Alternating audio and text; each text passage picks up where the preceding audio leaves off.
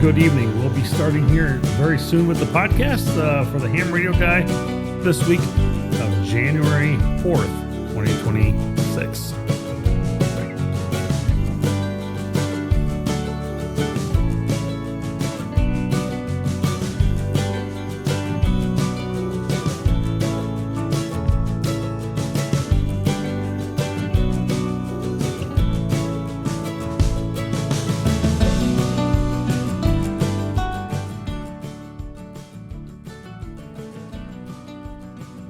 Well, hello, and thank you for joining on this very beginning new year for 2026 for the Ham Radio Guy podcast. If you're joining in for the first time with YouTube on this episode, then you're going to find that I had a little bit of an intro video in this time, which is kind of cool.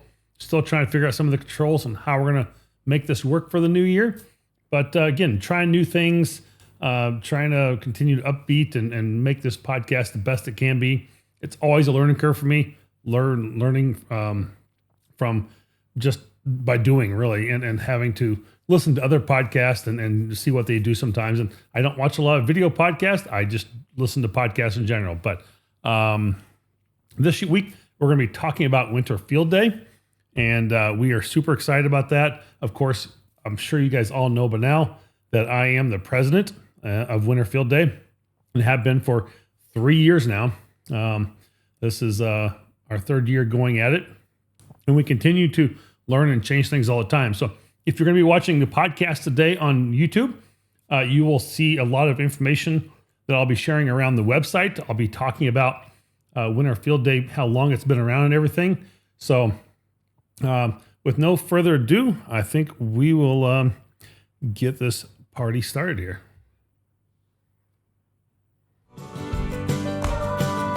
I don't know what happened to that one. That one's not supposed to happen.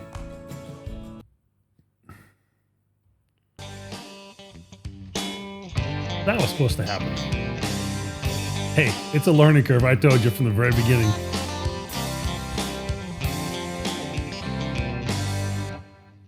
All right. Hello and welcome to the Ham Radio Guy. Winter Field Day 2026 we're talking about. That is just, I think it's only 3 weeks away from this weekend.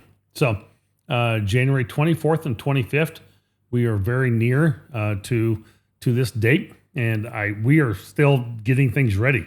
I'll be honest. Still answering emails. Still people asking a lot of questions. A lot of people are visiting our store within our website, which we appreciate that direct support, which goes back directly to us, and a whole lot more. So I'm going to show you some of that on the website. But before we get there today, I want to talk about what Winter Field Day is and where it's come from. It's really been a true testament over the years of how Winter Field Day is growing. Again, the origins of this was shaped in mid 2006 by a ham radio operator called Charles N5 PVL, and he proposed to the group then, which was the Society for the Preservation of Amateur Radio, SPAR, that hams ought to practice just not in summer field day, but also winter. So they that group approved the proposal to do Winter Field Day, January 13th and 14th in 2007. And from there, the first Winter Field Day took place. So we are now, that means approaching 19 years for Winter Field Day. I mean, it's embarking on its 19th year, and that's incredible for me. I think that's very awesome. And next year in 2027, we'll be celebrating the 20th year of Winter Field Day. We have a lot more special things coming up for that. So, this has really been the spirit and community of amateur radio operators worldwide that have helped continue to support and grow and let this operation really blossom into what it is today.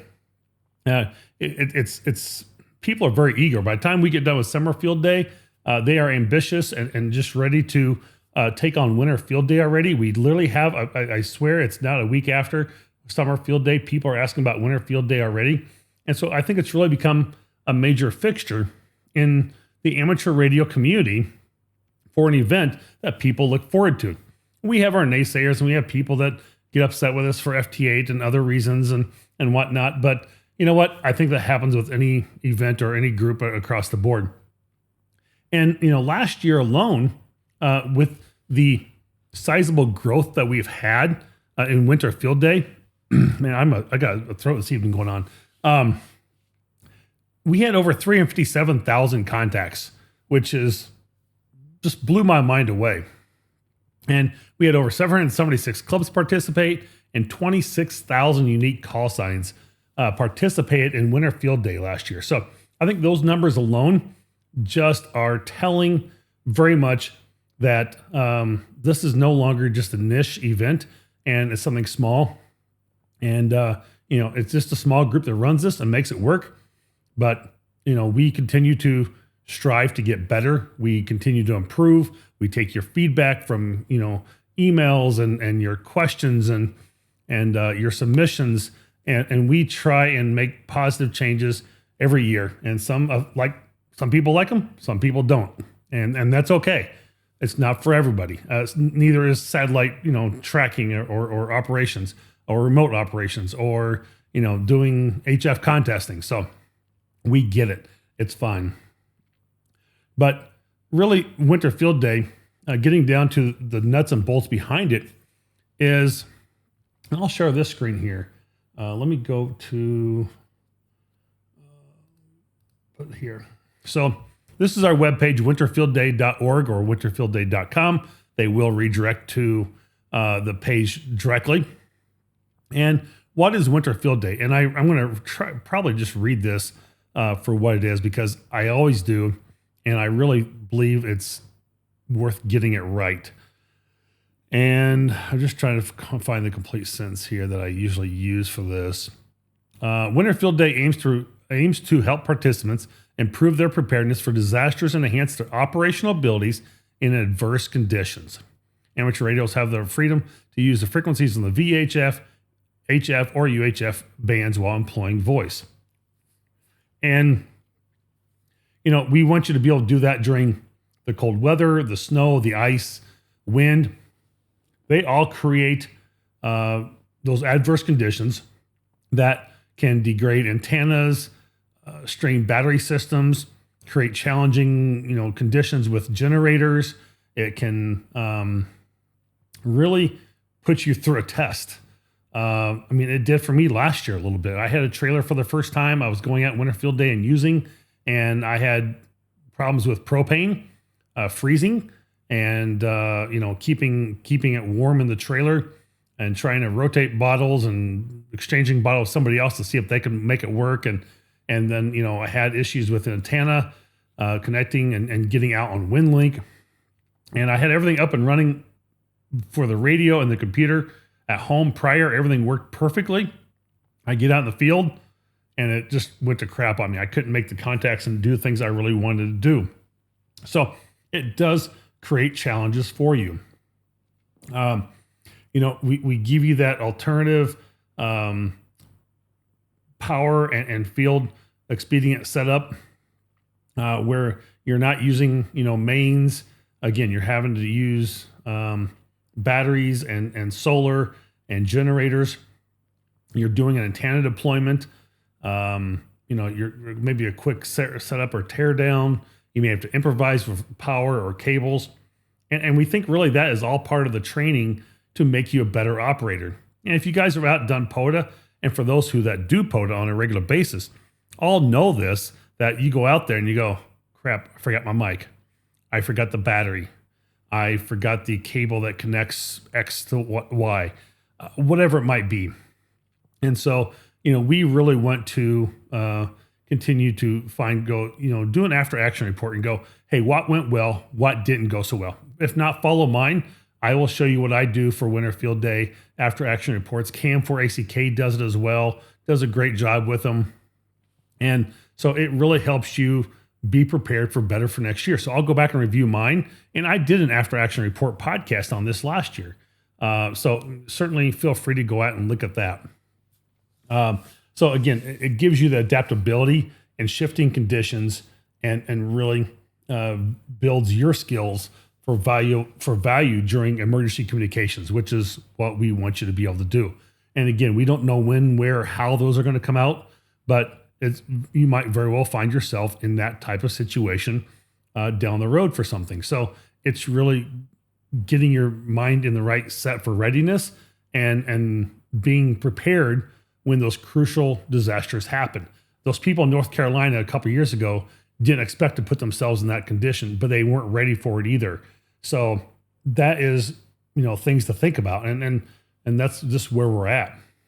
We don't find that Winter Field Day is in the middle of chasing high scores or contacts, but it's really just about learning exercise, being out in the field. Someone asked at the end of the day is like, well, why are you field exercise? It's like, well, because we are doing things out in the field. Whether you're in a community center, you're in a church, a police station, an emergency operations center, a mobile tent, a mobile trailer, an RV, a garage, that's exterior garage from your house or something that's separate. Whatever you might be in, that you're having to deal with those conditions and that setup of some sort. You may be in a simple building of like that during a disaster of some sort, So that's very, very possible. So that is what Winter Field Day is and why we really think this matters. Going on down, I'm going to refresh my page here so you guys are going to see this because it shows up location map, zero registered. And I don't know if it's just a cookie on the page or something else that goes goofy. I don't know why that is, but I feel like this is a little small this year. Maybe I can make it bigger. Well, it's going to make my whole page bigger. So you can see on this as I zoom in. Good. That'll work. That'll make it easier for you guys too. Again, for those who are watching YouTube. So let's go down into, I'm going to call myself out here in Wisconsin this year. So there is looks like this guy's going to be indoors, Mike Egan, AA0RW. And the blue and purple represent private or public events. So let's go down to this Iowa. This is an Iowa group. Purple is private and blue is public, just FYI too. But this guy's going to be mobile. Visitors are welcome to stop in. And he's iowawarn.org. So I don't see his exact location here, but I think we can zoom in more and find it here. Because it should be a pretty accurate depiction of where they're going to be at. So I would assume he's going to be at the South Park Estates and Campground probably, or the Hanson Family Hospital. So if we click on that Facebook page, I'm not on Facebook, so I don't know if that will pop up or not. And it says page isn't available. So so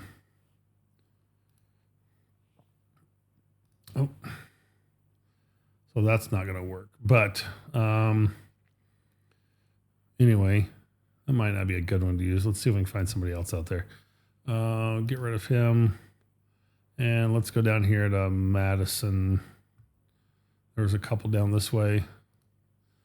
So visitors are welcome to see information for more details.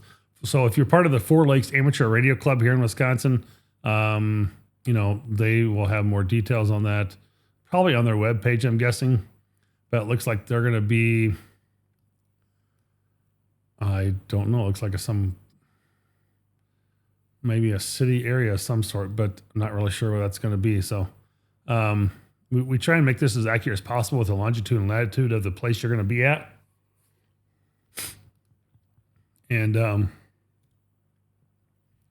obviously that's not a very good example, but hold on.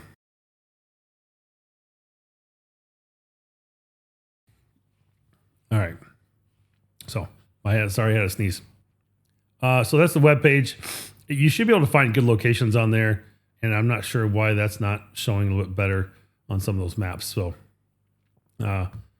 but we do appreciate you people putting information on there. And, as you zoom in or zoom out from where you're at, let's go down here like Kansas City. Let's find one more. That doesn't have any information on it either. Here's Paducah. There's a bunch of them down there. Not sure exactly where in the state park, but all set up, but I'll be near the cabins. David Patton, visitors are welcome there. Here's another one. Here's a whole group that talks a whole about the whole darn thing they're doing. the St. Bethlehem Civilian Park they'll be at. So you can just search around, figure out what might be closest to you, see what you can find. And if you haven't got your information on here yet, I want to say last year we had like 1,300 users give their location. So if you haven't gotten your stuff on the map yet, please reach out and do so. And you can see that we have people in Europe. We've got people down here in Africa, probably Hawaii out there, I'm guessing. And I know we have people in Ireland this year, United Kingdom, Czech Republic, Croatia. So Winter Field Day is open worldwide to everybody, and we do not exclude anybody from that. So it is an open wide contest.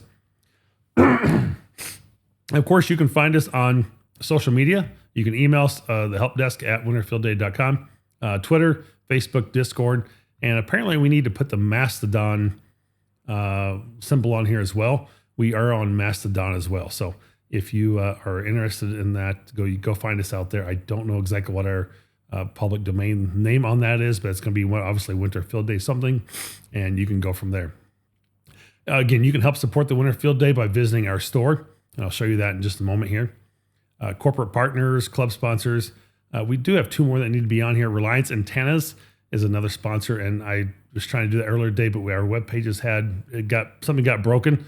So I'm trying to get that link fixed through our webmaster, and hopefully we'll get that squared away. Shop. We're gonna go visit our shop real quick. And Winter Field Day, we have sweatshirts and banners and beanies, a Winter Field Day flag, our T-shirt, which I really like this year. Yes, a little part of the design on that. And we've got our die cut Winter Field Day sticker with the bear. You can do coffee mugs. We got a long sleeve T-shirt as well.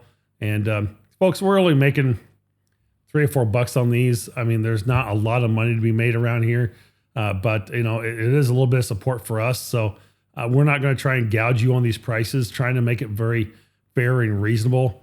And I know a sweatshirt's $42, but I know people have paid $40 for a sweatshirt other places, I'm sure. So it's not out of unreasonable.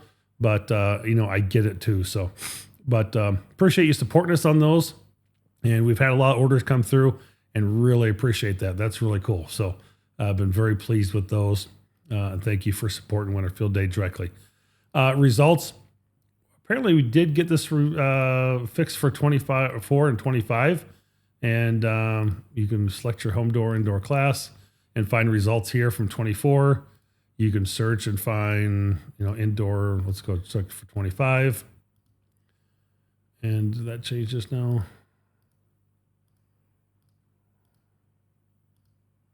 Yeah, it did. So, I'll go outdoor here. So, there I am. Indoor 1, New Hampshire, 24 QSOs, 225 points. Guys, that was completely by coincidence that just happened. I was somewhere near the top there.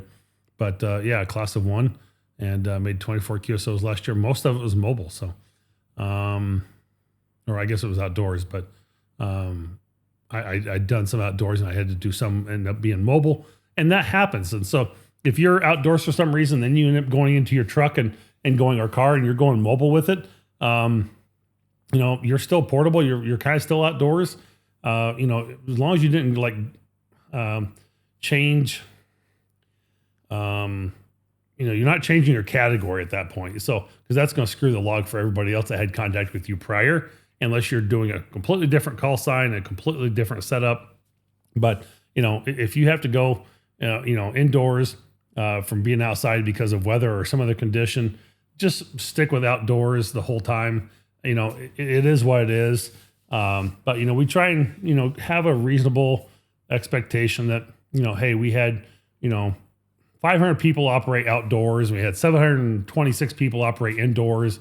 We had, 350 people mobile, whatever it might be. I'm making up those numbers randomly completely, but you just kind of get the idea that, we just want to know how many people are participating in each category roughly. So that's why we ask you to do a category of some sort. And we hope that if you're doing home, you're going to be home. If you're indoors, you're going to be indoors. If you're going to be mobile, you're going to be mobile. But, if you have to change during the middle of it because of something, so be it. We get it. It happens. It's on you have to sleep at night, and you're the one that has to live with that. And, we expect you to be honest about it. And if something changed, we get it. It's fine.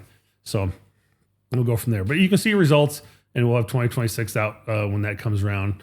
And again, we'll see how soon that comes around. But I do want to show you something for 25. It's kind of cool. I don't think we have it up on 24s, but if I go look at this, I click on this, you can see, your different things here. Operate 100% on alternative power. Operate away from home. I sent and received at least one WinLink email. I copied the Winter Field Day special bulletin, and I used multiple modes. And here it looks like I would have had, shows all those contacts showed up. One is CW. That's probably a logging issue that I made a mistake on, because otherwise I saw I had 24 contacts. Those should have all been phone, but it should have been up here on 20 meters, and I'm not seeing anything show up on the QSOs by band. So not sure why that's not there. I'll get back to my WebMic guy and figure that out. But at least they're showing up as phone now, not as digital, because they were.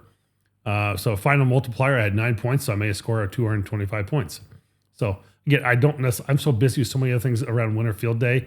I don't try to manage a few things and make sure everything goes off without a hitch for you guys, that I don't necessarily get to play a lot myself, but hoping I will this year.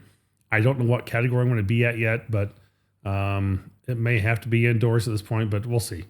I'm not sure what that's going to look like. So my trailer right now has a bunch of stuff in it for storage. So I don't know if I'll get that cleaned out and ready to go in time. And also providing a heat source to be reliable and steady as it was last year. It's all propane. So I don't know. Maybe I'll be able to plug it in to commercial power and keep heat inside the trailer. I don't know. I have to look at the rules myself on that one. Anyway, just a food for thought. Let's go talk about rules. So that's a good segue to go into this. So we are in the rules page here, and we had a couple objectives have been added. We'll go through those in a minute. Alternative power objective has changed, so pay attention to the laptop and HVAC requirements for those. I think that's for the indoor one. An additional 12 band objective was added, and some clarification was added to the appendix. So those are your major notable changes. But overall, we're still at 30 hours. Operational period will be from like 11 a.m., I think it is, Eastern time till 4:59 Eastern time on Sunday. So we're still there. And Winter Field Day operations must ensure all stations operating under a single call sign are located in the same physical area. Nothing changed there.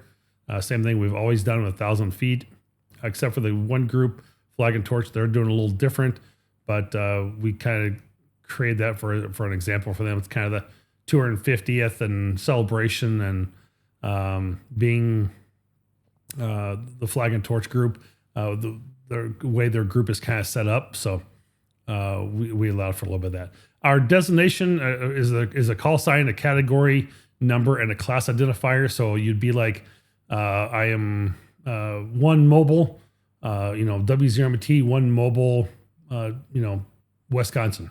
So that will be the quick identifier, the quick exchange, very similar to what it is in Summer Field Day. Let's see, anything else. Class operations, again, home, indoors, outdoors, or mobile.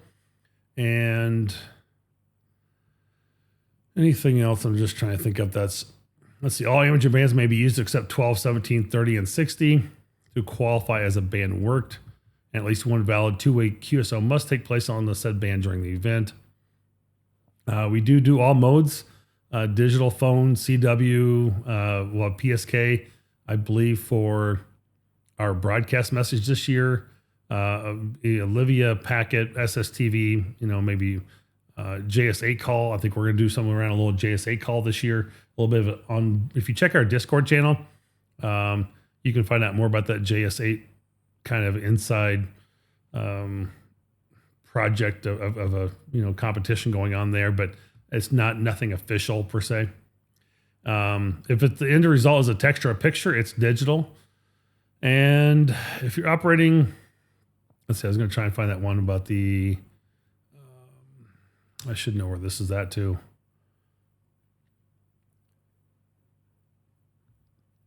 I don't see it, but I was talking about the alternative power. But your laptop and is HVAC, if it's in like a garage or something that made that heat, it's okay. You can do that. I know it's in here. It may be actually more in the rules itself. So, because I do not see anything where it says, oh, here we go.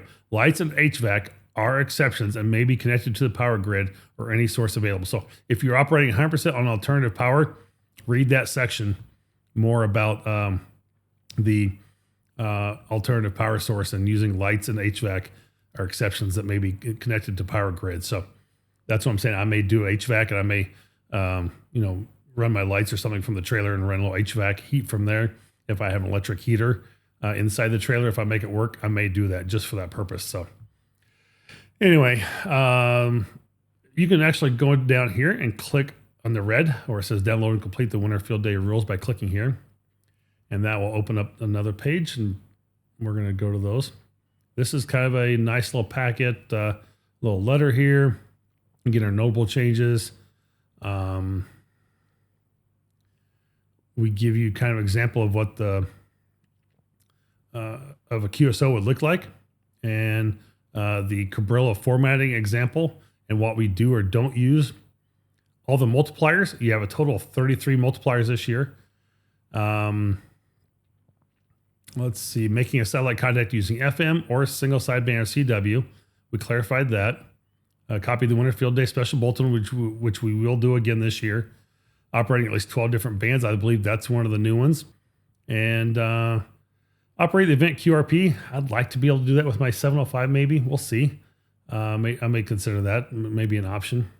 And then here's a bunch of answers and questions and answers, how to really, do a few things if you need to. So some great other additional information. And then farther down, you'll see a Winter Field Day flyer. You can write your own personal information in there and put this up as a flyer somewhere, and, really share more about Winter Field Day. So that's kind of a cool thing as well for rules, if you like that.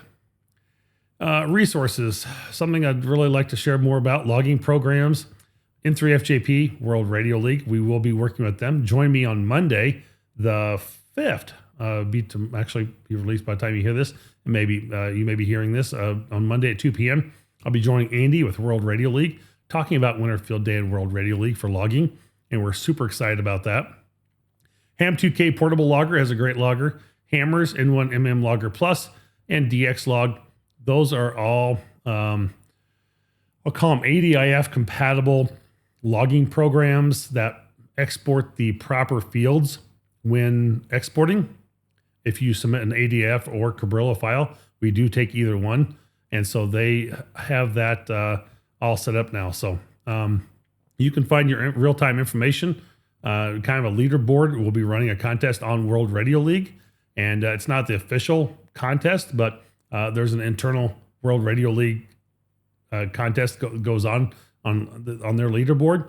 And you can see how many people are currently using it, and who's at the top of the list for contacts. So, and you might be able to find some other stations, other information there as well. So anyway, I would definitely check them out. It's a free software. You can use code Ham Radio Guy and save yourself 10% if you want to join their membership. And so that code is certainly good for World Radio League or Ham Radio Prep. So those are all great logging programs. We do like them.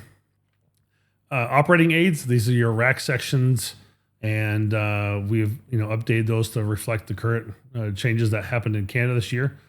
Some downloads. These are 2026 flyer editable flyers. Let's see if there's a PDF version, because someone told me this wasn't updated. It is. So it's the same flyer. You can just get it by itself without having to download the whole packet. Frequently asked questions. A lot of people ask those questions like, why isn't FT8 allowed? Some Winter Field Day in the news. If you have a news story this year, I'd like to have some new ones out there. If the news media comes out and visits you and does a big story, please let us know. Share that with us. We'd like to be able to add that to our webpage. A newsletter, I think maybe that is actually working now for getting this sign up. So we usually do a newsletter out as well. So we'll see if we can get that out yet. That's due pretty quick. And then if you're looking for swag, it should be Ham Stuff Online. I see we obviously need to update that as well. Or JSE. JSE has embroidery stuff, which is really nice. So we've got our board member shirts from there. So a little bit of history is kind of the original members of Winter Field Day, and then who the current members are. And we've got, looks like that one's missing. So we'll have to re-pull that one. What happened to Mike? He was in there, but these are our current board members, and we're happy to keep this up and running and going. So, or you can just even hit contact us and find all the different ways you can do that. So that's a little bit of our webpage and sharing about that. If you want to make a donation, you can make a donation directly through PayPal. You can make the choice whether you want to pay the credit card difference or not, and makes no difference to us. We appreciate the support either way. Man, I must have got a little dry throat tonight all of a sudden. I thought I was going to be doing just fine.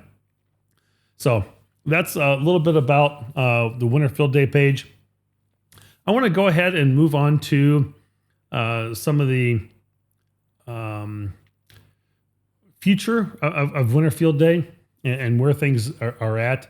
Again, like I said earlier, with 19 years behind us and ever-growing participation, Winter Field Day continues to be, again, a very firm, established cornerstone of amateur radio and its commitment to preparedness like we are every year.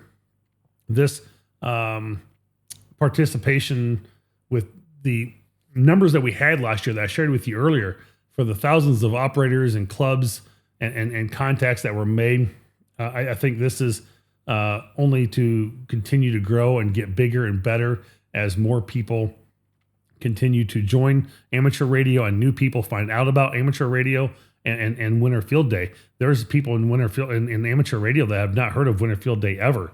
And it blows my mind sometimes, but that's why we continue to educate, push into social media everywhere we can, and continue to educate as well. And that's really a lot of our objectives. Again, Winter Field Day continues to evolve based on feedback and information and skills that we want to continue to try and push out and push people to their limits as we do new objectives. Maybe new multiple antennas, setups, satellite contacts, commercial power, digital modes. All those, we added broadcast messages last year. SSTV is going to be added next year. I'll promise you. I'll tell you that. I'll give you a heads up now. We're going to add SSTV into this, but it also takes a lot of resources and people to be able to make this happen. So someone has to be able to send those SSTV messages and things like that. So, we continue to give you the flexibility of the different station categories. And again, we are a welcoming environment for everybody across the board, from every corner of the earth. And we really enjoy that. In fact, we're working with a group out of Ireland this year as part of our growth and preparedness to have Europe get our broadcast message. And they're going to be transmitting it over in Europe. So maybe one of your goals is to be able to see if you can hear that message over in Europe. It will be about the same time ours is being transmitted here in the U.S., but it may have a little bit of an offset. I think I saw somewhere that may be happening, just so people can try and copy that one as well. But nonetheless, whether that's something new you can try and copy, and we do not create our message to be super, super long like the one during the summer. That's really hard to copy. You almost have to record it to be able to get it all, because I don't think anybody can do CW or type fast enough or write fast enough to keep up with that message. So a lot of people do record it and, play it back later so they can, get the exact verbiage of what it is. So as we continue to gear up for 2026 here on Winter Field Day, again, it's not about making contacts or racking up the numbers. It's about being ready for when those disasters strike, and potentially being called upon to provide that vital data link of information, whatever it might be, for however you need to copy or send that message. So we really appreciate you being part of Winter Field Day. We hope that you will go out and try and participate in some form or fashion. Find a club, go check it out somewhere. And again, we invite you to our official website to stop by our shop page and pick up some official Winter Field Day gear. I should have probably been wearing that shirt now, but I think it's over in the clean clothes pile in the drawer somewhere. But I didn't have it on today. But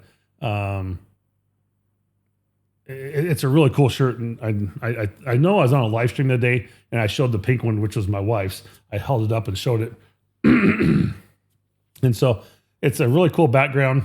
And you probably saw that. Let me see if you're still over on YouTube. I'll show that photo up. I'm going to bring that photo up a little bigger so people can see it. If we can zoom in on that, if I can zoom in on that and catch it. So that is kind of the image you'll see if you're on Winter Field Day on YouTube. You'll kind of see the image. The bear is sitting at a picnic table holding a radio, and there's a little antenna tower crate in the back, and some green trees in the background with some snow and stuff around it. So he's got his skis off and he's activating. So kind of a cool logo that we're able to get the backpack and skis off of him and make him sit down at a picnic table, and pretty cool stuff. So we really liked that photo a lot, and that was really cool. Trying to think what else we got here. So I think that's it we've got for Winter Field Day. So again, I just want everybody to know that we are 100% donation funded, and your support helps cover our ongoing operating costs and ensures that we continue to improve and expand the event each year. We have to pay for our hosting. We got to pay for our email service that we do for mailing out things.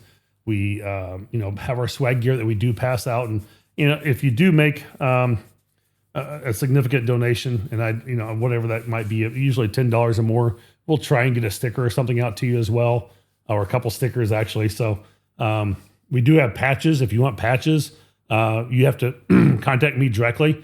Just at Winter Help Desk or Winter Field Day, WFDA at winterfieldday.com or helpdesk at winterfieldday.com, and say, hey, looking for a couple patches. We do appreciate the donation on that.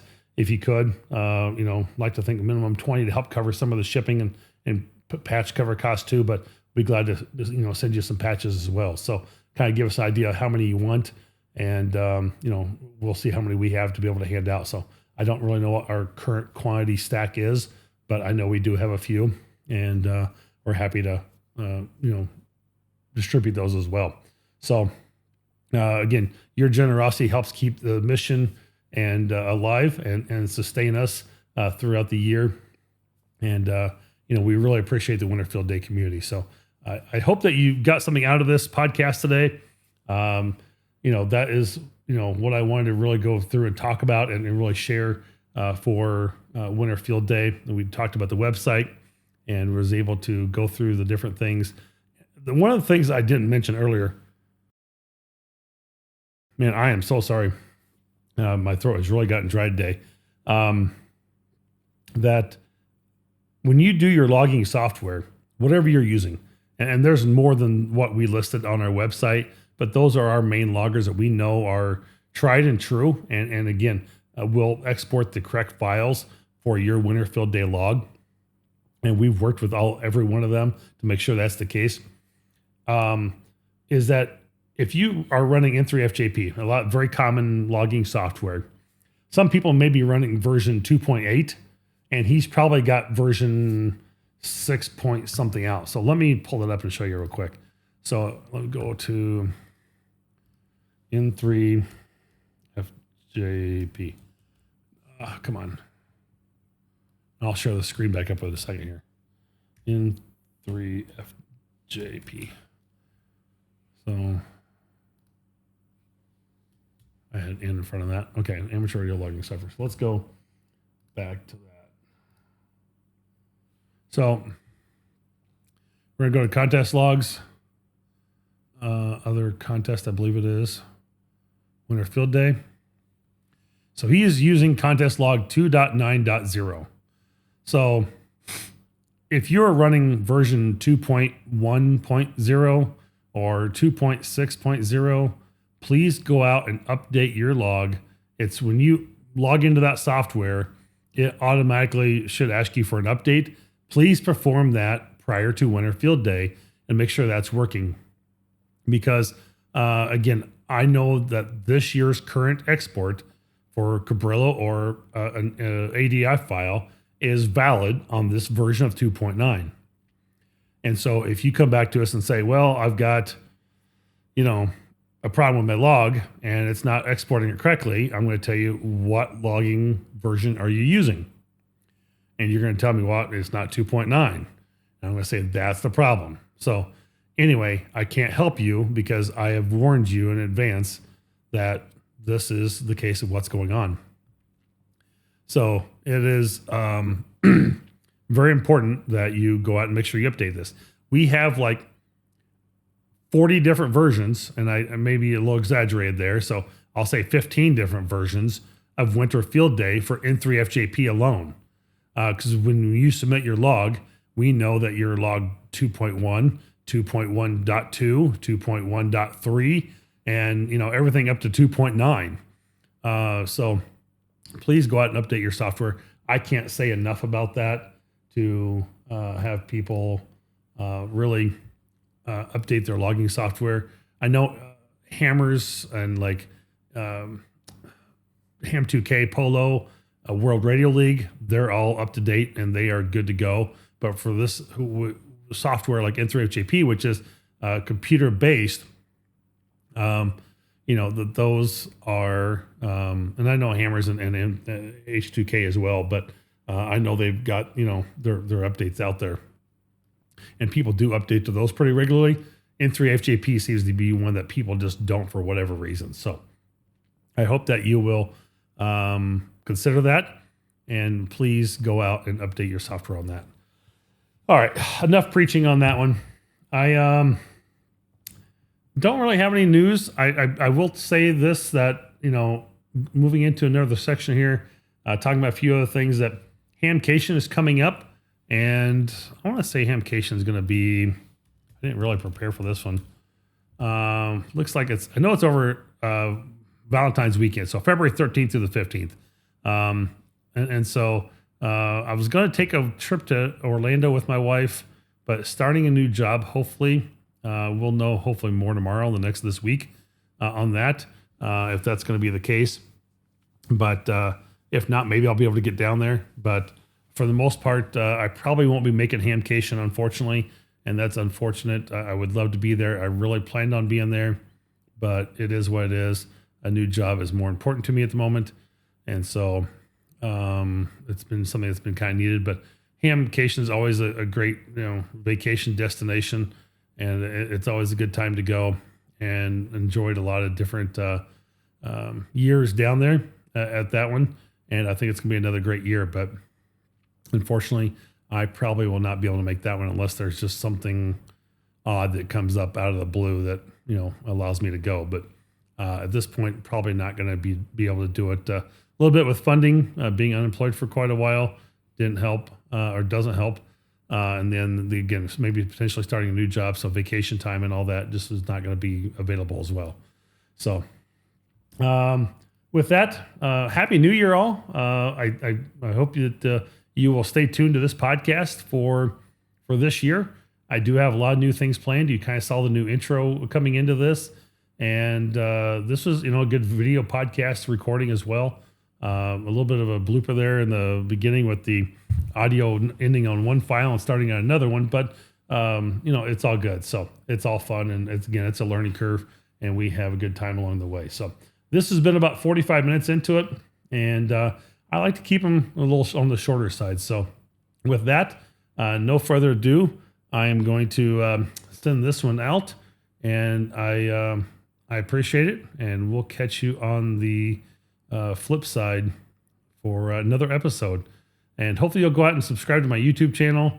I've got a lot of new subscribers out there, a lot of new video content I'm coming up with, and just released 2 new videos this week, one today and one's coming out later this week. So please go watch those and check out my Patreon page, patreon.com/the Ham Radio Guy.